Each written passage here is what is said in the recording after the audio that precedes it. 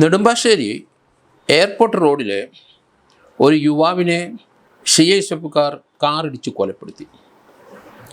ഇന്നലെ രാത്രിയിലാണ് ഈ സംഭവം ഉണ്ടായത്. നെടുമ്പാശ്ശേരി എയർപോർട്ടിലെ അവിടുത്തെ ഒരു ഹോട്ടലിലെ ചെഫാണ് ഐവാൻ എന്നയാൾ. അയാൾ ഇന്നലെ 2 വീലറിൽ എയർപോർട്ടിലേക്ക് വരുമ്പോൾ അവിടെ CISFലെ ഒരു സബ് ഇൻസ്പെക്ടർ വിനയകുമാർ ദാസും അയാൾ ഓടിച്ചുകൊണ്ടിരുന്ന വാഹനത്തിൽ ഇയാളുടെ വാഹനം അങ്ങോട്ടും ഇങ്ങോട്ടും തട്ടി എന്നുള്ള രീതിയിലൊരു തർക്കമുണ്ടായ ശേഷം എങ്ങനെയാണെന്നറിയില്ല, ആ കാറിൻ്റെ ബോണറ്റിൽ ഈ ഐവാൻ കിടക്കുന്നത് ഇവർ വാഹനം ഓടിച്ചുകൊണ്ട് പോകുന്നതും കാണാം CCTV ദൃശ്യത്തിൽ. വളരെ ദുരൂഹമായ ഒരു സംഭവം തന്നെയാണ്. പക്ഷേ കൊലപാതകമെന്ന രീതിയിൽ നെടുമ്പാശ്ശേരി പോലീസ് കേസെടുക്കുകയും ചെയ്തു.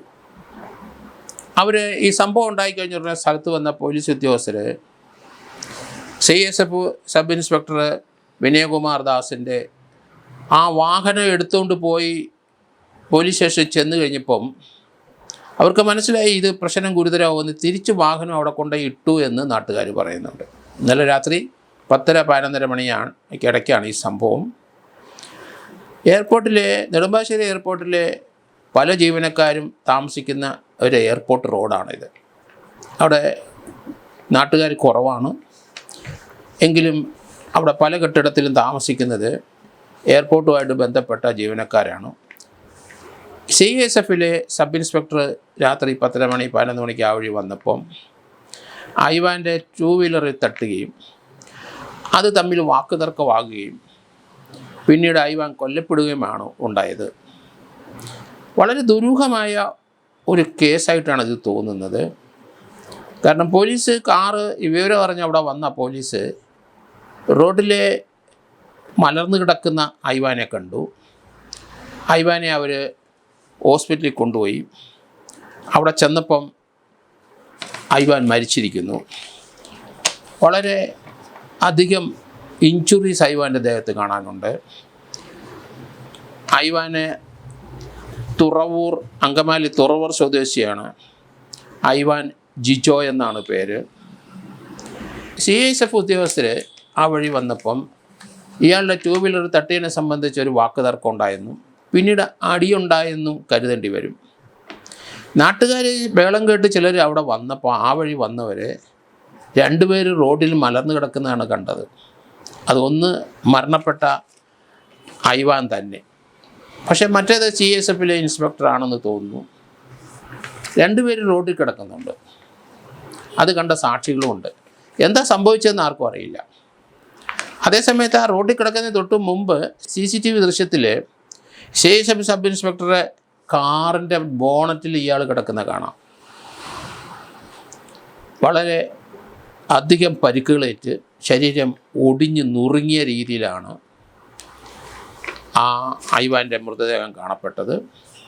ഐവാനെ കാർ കയറ്റി കൊന്നതാണോ അത് ചവിട്ടി ഇടിച്ചും കൊന്നതാണോ ഒന്നും വ്യക്തമല്ല. കൊലപാതകമാണെന്നുള്ള രീതിയിൽ തന്നെ ഇപ്പം എയർപോർട്ട് അവിടുത്തെ നെടുമ്പാശ്ശേരി പോലീസ് കേസെടുത്തിട്ടുണ്ട്.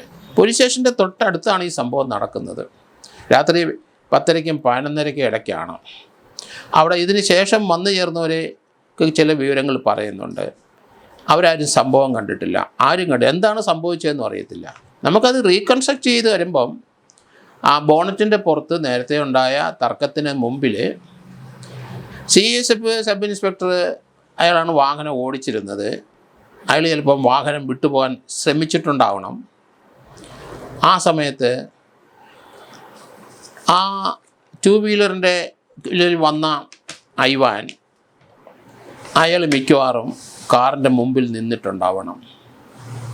കാറിൻ്റെ മുമ്പിൽ നിന്നപ്പം CISF സബ് ഇൻസ്പെക്ടർ അവർ മദ്യലഹരിയിലായിരുന്നു എന്നും പറയുന്നുണ്ട്. അവർ 2 പേരും അല്പം മദ്യവെച്ചിരുന്നു. ഇയാൾ കാർ വിടാതെ ബ്ലോക്ക് ചെയ്ത് നഷ്ടപരിഹാരം തന്നിട്ട് പോയാൽ മതി എന്ന് പറഞ്ഞിട്ടുണ്ടാവണം. പക്ഷേ അവർ മദ്യലഹരിയിലായതുകൊണ്ട് അവർ കാർ മുന്നോട്ടെടുത്ത് ഇയാൾ മാറിയില്ല. കാറിൻ്റെ ബോണറ്റിൽ ഇയാൾ വീണിട്ടുണ്ടാവും. ബോണറ്റിൽ കിടന്ന ആ വ്യക്തിയുമായിട്ട് ഈ കാറ് അതിവേഗം സഞ്ചരിക്കുന്നത് CCTV ദൃശ്യത്തിൽ കാണാം. അതിനുശേഷം ചിലപ്പം ബ്രേക്ക് ചവിട്ടി ഇയാളെ താഴെ വീഴ്ചിട്ടുണ്ടാവാം.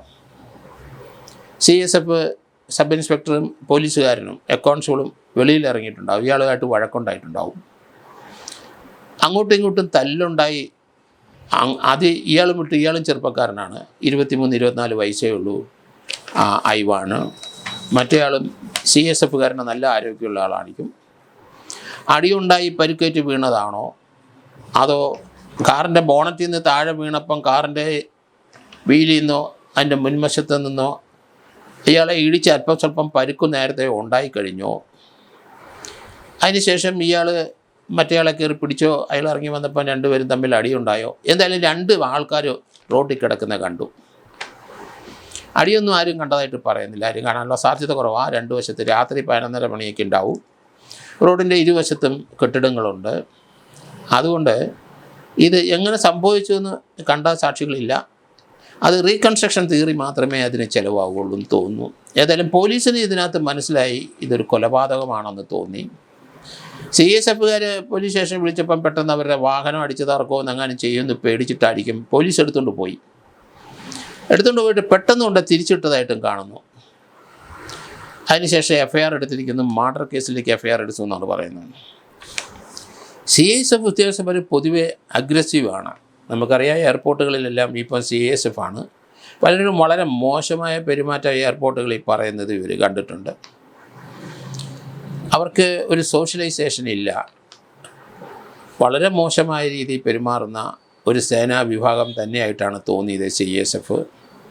കാരണം ഇപ്പോഴത്തെ ഇതിനകത്ത് തന്നെ നമ്മൾ കണ്ടില്ലേ, അതൊരു കൊലപാതകത്തിലേക്ക് പോയി. പല ആൾക്കാരും പറയുന്നുണ്ട് CSFകാർ, ചില ആൾക്കാർ നല്ല മാനമായിട്ട് പെരുമാറുമെങ്കിലും അവർക്കൊരു ഡിസിപ്ലിൻ എൻഫോഴ്സ് ചെയ്യേണ്ടി വരും. പൊതുജനങ്ങളുമായിട്ട് ഇപ്പം കൂടുതൽ അടുത്ത് പെരുമാറുന്ന ഒരു സേനാ വിഭാഗമാണ് എയർപോർട്ടിലായാലും ശരി, സെക്യൂരിറ്റി ഉള്ള സ്ഥലങ്ങളിലായാലും ശരി. സെൻട്രൽ ഗവൺമെൻറ് ഫാക്ടറികളിലൊക്കെ സെക്യൂരിറ്റി CSFകാരാണ്. അതുകൊണ്ട് വൈറ്റിലായ പല സ്ഥലത്തും ഇപ്പോൾ അവരാണ്. പൊതുജനങ്ങളായിട്ട് കൂടുതലൊരു കൺഫ്രണ്ടേഷൻ വരാൻ സാധ്യതയുണ്ട്. പക്ഷേ എങ്കിലും കുറച്ചുകൂടെ കൂടുതലായിട്ട് അവരുമായിട്ട് അടുത്ത് പെരുമാറും, അവരോട് ചേർന്ന് നിന്ന് സംസാരിക്കാനും ഒക്കെ പഠിക്കേണ്ടിയിരിക്കുന്നു. അതിന് ചില ക്ലാസ്സുകളൊക്കെ CSFന് കൊടുക്കുന്നത് ഉചിതമായിരിക്കുമെന്ന് ഞാൻ കരുതുന്നു. ഇവിടെ CSFലെ സബ് ഇൻസ്പെക്ടറും അവിടുത്തെ അയാളും കൊലക്കേസ് പ്രതിയായി എന്നുള്ളതാണ്. ഒരാളുടെ ജീവൻ പോയി. അവിടുത്തെ ചെഫായിട്ട് എയർപോർട്ടിൽ വർക്ക് ചെയ്യുന്ന ആളാണ്. ഇവരും എയർപോർട്ടിലാണ് വർക്ക് ചെയ്യുന്നത്. ഏതായാലും ഈ കൊലപാതകത്തിന് തൊട്ട് മുമ്പ് ഒരു വഴക്കുണ്ടായി എന്നുള്ള ഉറപ്പാണ്. 2 പേര് റോഡിൽ കിടക്കുന്ന കണ്ടത് എവിടാണ്, അത് ചിലർ കണ്ടിട്ടുണ്ട്. എന്തായാലും വ്യത്യസ്തമായ രീതിയിലുള്ള തെളിവുകളാണ് പലയിടത്തുനിന്നും വരുന്നതെങ്കിൽ ഇത് കൂട്ടി യോജിപ്പിച്ച് മുന്നോട്ട് കൊണ്ടുപോകേണ്ടി വരും. അന്വേഷണ ഉദ്യോഗസ്ഥൻ അത് അന്വേഷണം നടത്തി വരുമ്പോഴേ കൃത്യമായി എന്താണ് സംഭവിച്ചതെന്ന് മനസ്സിലാവുകയുള്ളൂ. എന്തായാലും 23-24 വയസ്സുള്ള ഒരു ചെറുപ്പക്കാരൻ, അയാളെ കൊലപ്പെടുത്തിയത് CSF സബ് ഇൻസ്പെക്ടറും അവിടുത്തെ അയാളുടെ കൂടെ സഞ്ചരിച്ച കോൺസ്റ്റബിളുമാണ്. 2 പേരും മദ്യലഹരിയിലുമാണെന്ന് പറയുന്നുണ്ട്. ഏതായാലും 2 പേരെയും ഉടനെ പോലീസ് കസ്റ്റഡിയിൽ എടുത്തിട്ടുണ്ടെന്ന് തോന്നുന്നു. അവർ തീർച്ചയായിട്ടും കൊലക്കേസ് പ്രതികളായി സസ്പെൻഷനിലോട്ട് പോകും. അവരുടെ 2 പേരുടെയും കുടുംബത്തിനും ഇതേ അവസ്ഥ തന്നെ. മരിച്ചയാളുടെ കുടുംബത്തിൽ അവർ പലരും അനാഥരായി. അതോടൊപ്പം തന്നെ പ്രതിയായിട്ട് വരുന്നവർക്കും ഇത് തന്നെ അനുഭവം. അവരും മുന്നോട്ടുള്ള ജീവിതം ദുസ്സഹം തന്നെയായിരിക്കും. നമ്മൾ ചെയ്യുന്ന പ്രവൃത്തിയുടെ ഫലം നമ്മൾ മരണം വരെ കിടന്ന് അനുഭവിക്കുന്ന കാഴ്ചകളാണ് ഇങ്ങനെയുള്ള സംഭവത്തിൽ നമ്മൾ മനസ്സിലാക്കേണ്ടത്. അതുകൊണ്ട് ഇപ്പോഴത്തെ ആ ചെറുപ്പക്കാരനെ കൊന്നത് അത് ഒരിക്കലും നിസ്സാര കാര്യത്തിന് വണ്ടി ഒന്ന് തട്ടി എന്ന് പറഞ്ഞ ഒരു സംഭവം ഡെവലപ്പ് ചെയ്ത് അടിപിടി കലാശിച്ചു. വാഹനം ഉപയോഗിച്ച് തട്ടിയിട്ടു. എന്തായാലും ശരി, ആ 23-24 വയസ്സുള്ള ആ ചെറുപ്പക്കാരൻ മരണപ്പെട്ടു. അതൊരു കൊലപാതകമായി വന്നിരിക്കുകയും ചെയ്യുന്നു.